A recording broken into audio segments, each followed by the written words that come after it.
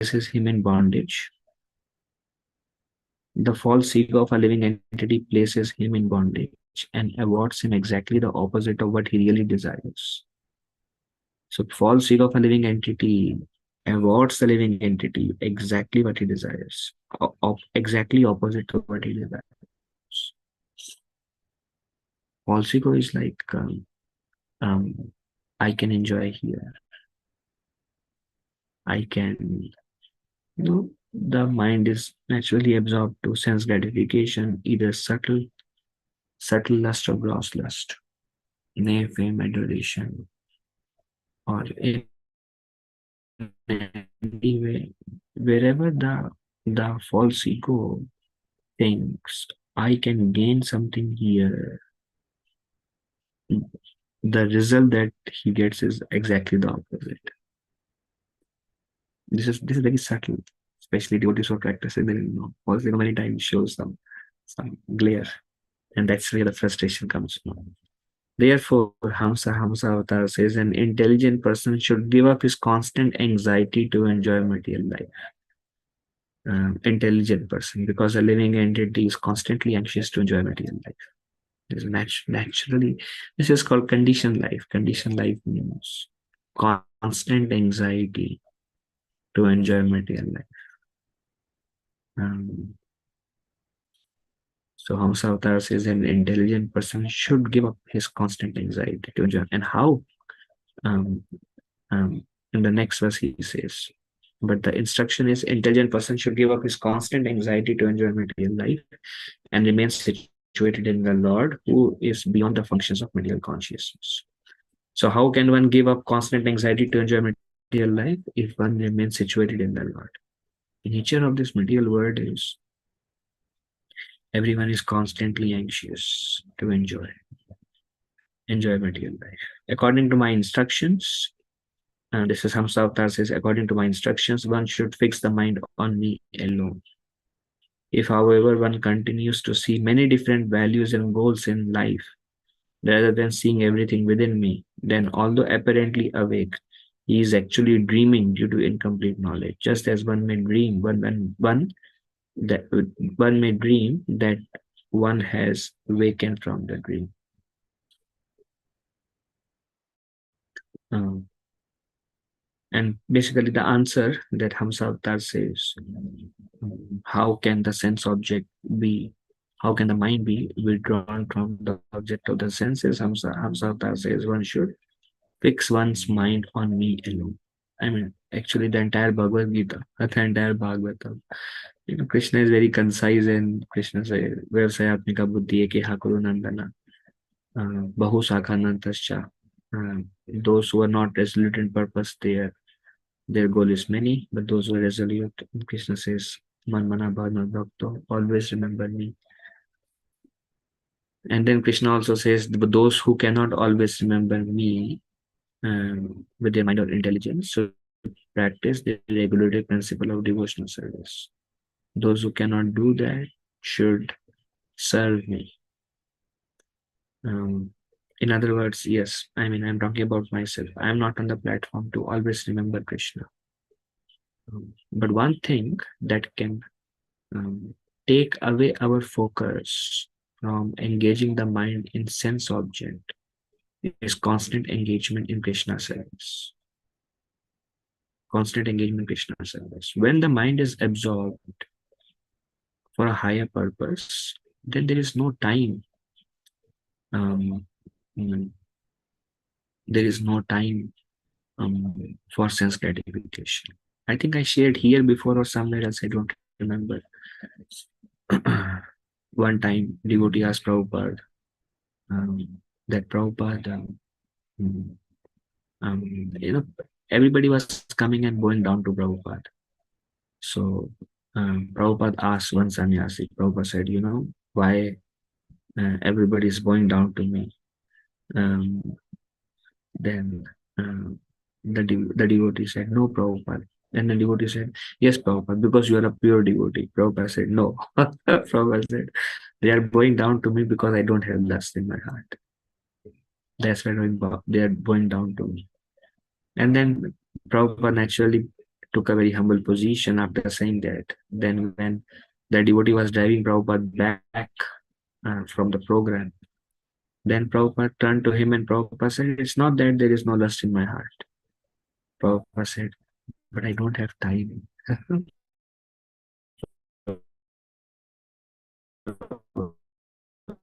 I'm too busy to fulfill various instruction. One instruction, a pure devotee have no lust in their heart. Another instruction is Prabhupada said, I don't have time. I'm too busy serving the instruction of my spiritual master. And that's why we try to pray to Krishna. Krishna, please keep me engaged in your service. Because Prabhupada says we can get relief from the service of Maya by engaging ourselves in the service of Krishna. And my spiritual master also always say that free time is a curse. Because when the mind is free, mind will. So one should actually become very, very fearful of free time. One should be very, very afraid. One should always think, how can I serve? What can I do? And where there is some free space. Another thing Prabhupada said, one should always think about how to spread this Krishna consciousness movement. Prabhupada also says that when we are busy thinking about others, then our problems are not so important. Or we we don't need to think about ourselves because we are too busy thinking about others. Prabhupada said. Prabhupada said the mind should always be consumed. So Prabhupada said we should always think about how to spread this Krishna consciousness movement. And this particular chapter should also evoke.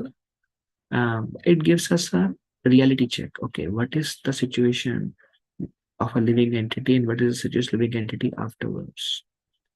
When we read this chapter, we may not be able to relate to ourselves much, but one example which was coming when I read this whole chapter was Ajam. His life was like that. He was sinful. He became very much attached to the prostitute. His goal of life was just to like solitary embraces of his wife and attachment to his children, attachment to his sons, attachment to his wife. He would earn and maintain the family by illegal means, by sinful activities. Exactly every word that this chapter describes exactly describes the life of Ajam. Yes, it relates to all of us also in some form or other, in a small way, probably, not exactly the way it is. But then we must understand that people's life is like this. And that adversities of fruitive activities. And then what saved Narayan, what saved Ajamil was the holy name, was the association. Association gave gave him introduction, gave him the name Narayan as his son's name. And what was about to happen, I mean, we will read in few in, future days what happens when it's very, very heavy chapter actually. What, like how the path is, and then how very gruesome suffering. The elephants are tearing his body apart. I mean, I don't know. It is very gruesome the way it is described. And this all Ajamil was supposed to go through.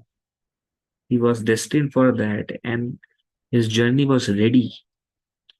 The Yamdutas also came, and Bhagavatam previously also says the Yamdutas, the four of them, they bound him by the neck, exactly what this chapter says in the future. And they started dragging him 99,000 yojanas through a very hellish path.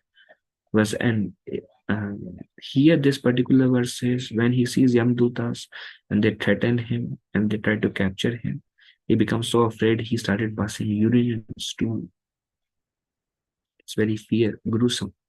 And when Ajamil was about to go through it, he chanted Narayana and finished. And he was saved. All the sinful activities he performed, he was saved from everything. And he could peacefully, his mind became purified. He could peacefully go to Haridwar. He got absorbed in blissful chanting of the holy name of Narayana. He, a swan came with Vishnu Dutas and took him to planet of Vaikuntha, where he engaged in eternal service of Lord Narayan. Oh, what a life, what a fortune, what he was destined to go through in this material life, and what he got by chanting the name of Narayan. Quite a contrast.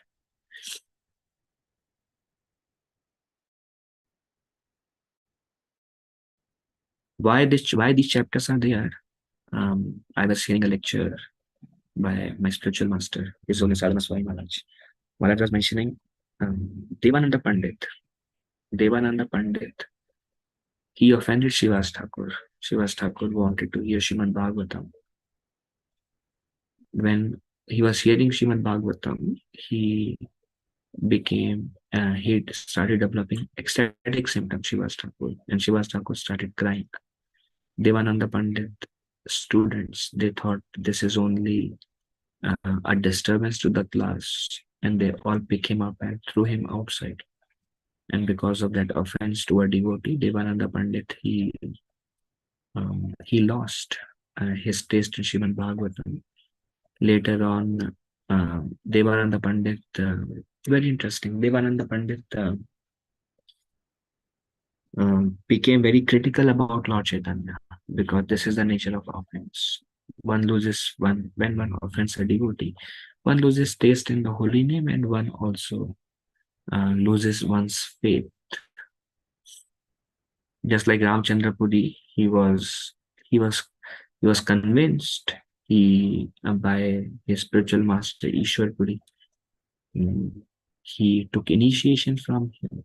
He was practicing bhakti, but because he was regularly finding fault in his guru, because of finding fault in his guru, he became attracted to impersonal conceptions to such an extent that he even started instructing his own guru that where is Krishna, who has seen Krishna, where will Krishna come? Rather, you worship Brahman. That is that is what happened to him because of his offensive mentality. Bhagavatam says he had that offensive mentality.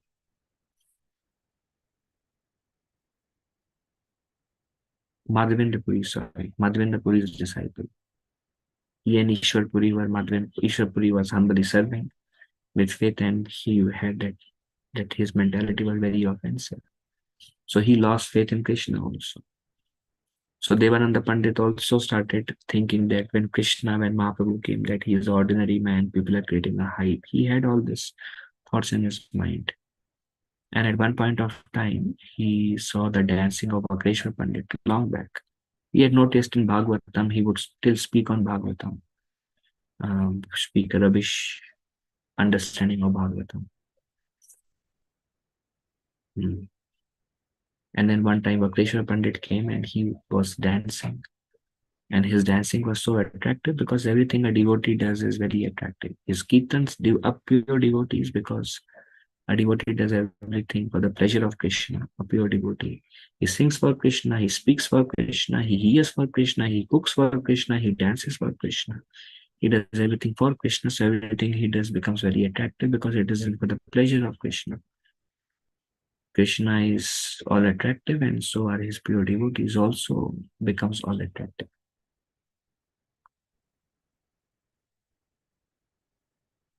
So Vakreshwar Pandit dance was so attractive that by seeing him, um, he was chanting and he was dancing.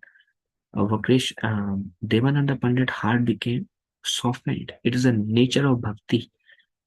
Nectar devotion explains when we are touched by bhakti shakti, the heart natural tendency of the heart it becomes soft, and that's why one becomes compassionate when one heart melts with bhakti, touched by bhakti. And that's why it is also said, when we are feeling envious, when we are feeling angry, when we are feeling all these emotions, that's because our chanting is not good, or we are not being able to be touched by bhakti shakti.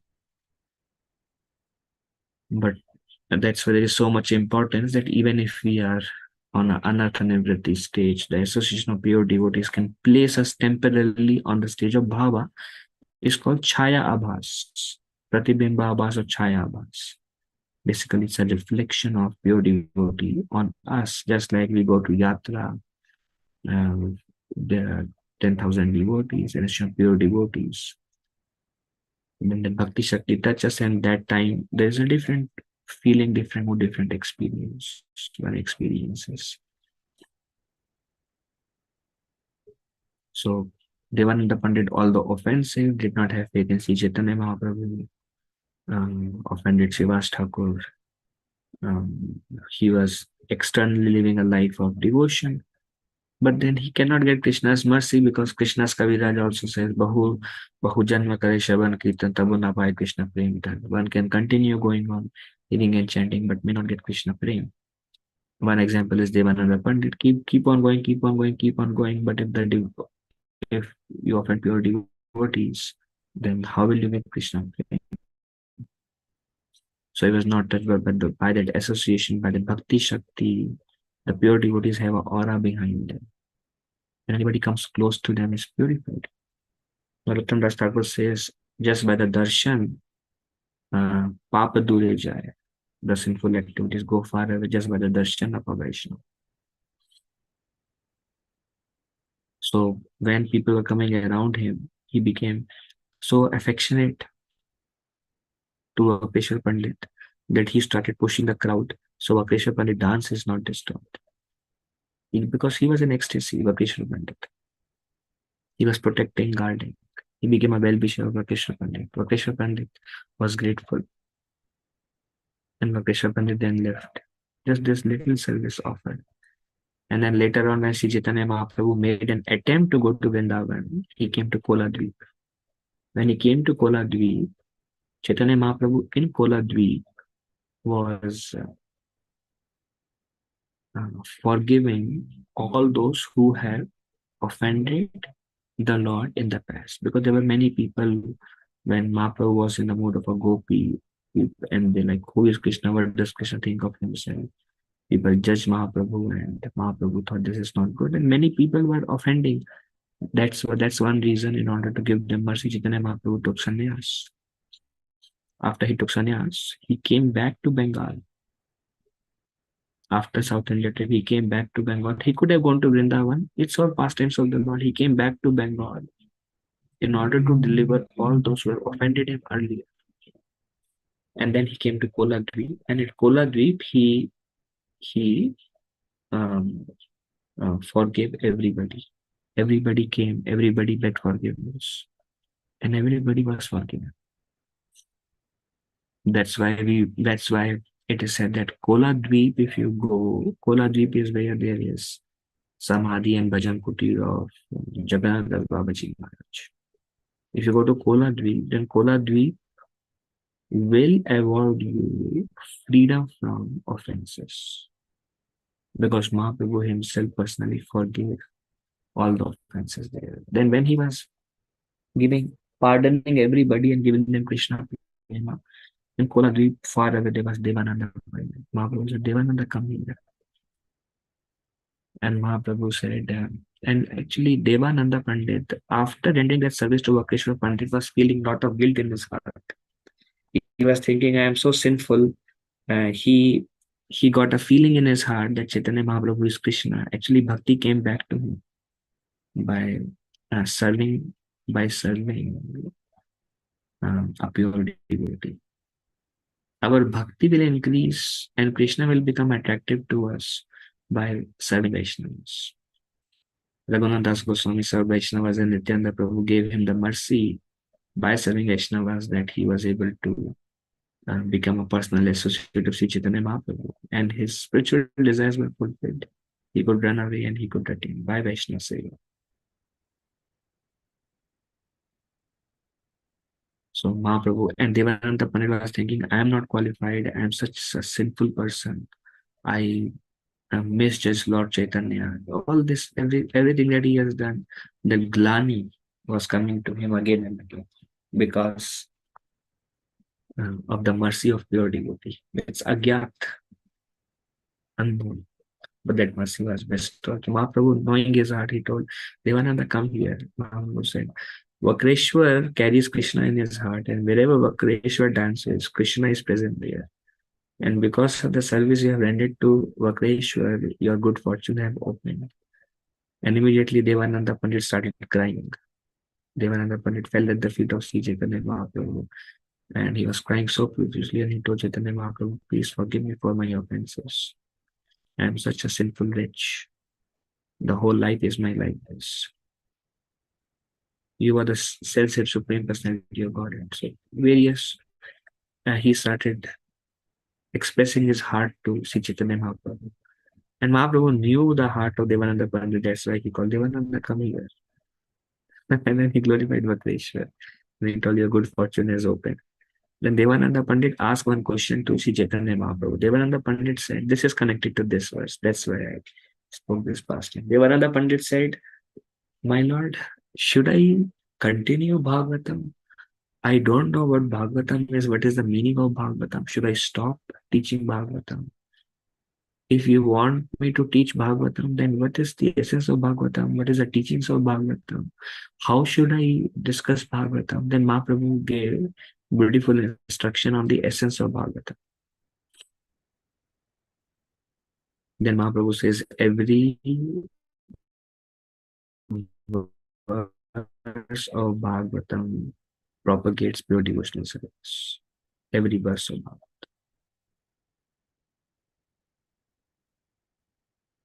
Bhagavatam means Krishna's supreme personality of Godhead, and ending pure devotional service unto him is the goal. Every verse should be described in this way. And if you see Kapila Muni after describing the importance of Bhakti Yoga, he is describing this. And the purpose of this chapter is also to make us understand the importance of Bhakti. In that way, everything is connected to everything in Bhagavatam. Some is scary and some are adverse examples, some are favorable examples, but everything ultimately meant to pure devotional service to Krishna. That's the goal of Bhagavatam. Okay, so I would like to stop here. If there is any discussion, we can take any comments. Hare Krishna, Prabhuji, Dandavat Pranams. Jai Shri Prabhupada. That was a very nice class, especially the point on out of mind, out of sight. Bhakti increases by Vaishnav Seva. In the point that really touched was anxiety, anger, all these feelings, etc. are due to Bhakti Shakti missing. So reflection on personal chanting.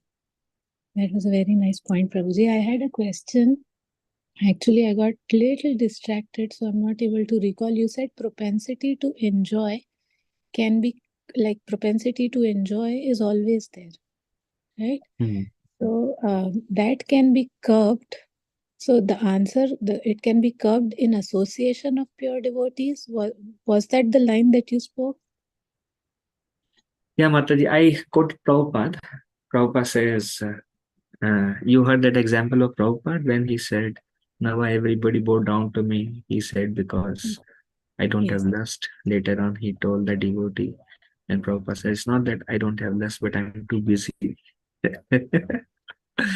So Prabhupada was teaching by his own example. I mean, one is a platform of pure devotion that he spoke first. Another is he's saying in order to teach by his own example. And Prabhupada says, no, I don't have this, but I'm too busy. So I was sharing that how when we are, Hamsa Avatar says, by thinking of me alone, can one overcome this interaction of mind and the sense object. By thinking of me alone, one can overcome. Otherwise, they cover the they act as a designation of the soul, then the original soul is covered, who is originally my part and parcel. Mm. Mm. And I was mentioning how we are not on that platform to always think of Krishna, which is the highest service, always thinking of Krishna, but we can engage ourselves in constantly serving Krishna. And I was emphasizing on Prabhupada says a devotee should always think about how to spread this Krishna consciousness movement, how to constantly engage in serving Krishna. And when we are thinking about others and when we are engaged in serving Krishna, then we don't have much time to think about ourselves and what I could do for myself. If there is no free time, that's the greatest benediction. Then the whole day and the whole night goes in serving what to do next, what to do, what to do. And where there is free time, a devotee prays, my Lord, please keep me engaged in your service. And if we can somehow or other keep in touch with Krishna with no time for sense gratification, either by hearing or by chanting or by preaching or by um, um, serving in the temple, in whichever way. If one can keep oneself engaged, then there is no time. Is that all right, Mataji? Yes, Prabhuji. Now I got the line of thoughts, like how you said, free time is dangerous. We should be scared of free time. Yes, I got it. Thank you so much. Thank you, Mataji. Hare Krishna. Hare Krishna. Okay. Anyone has anything else?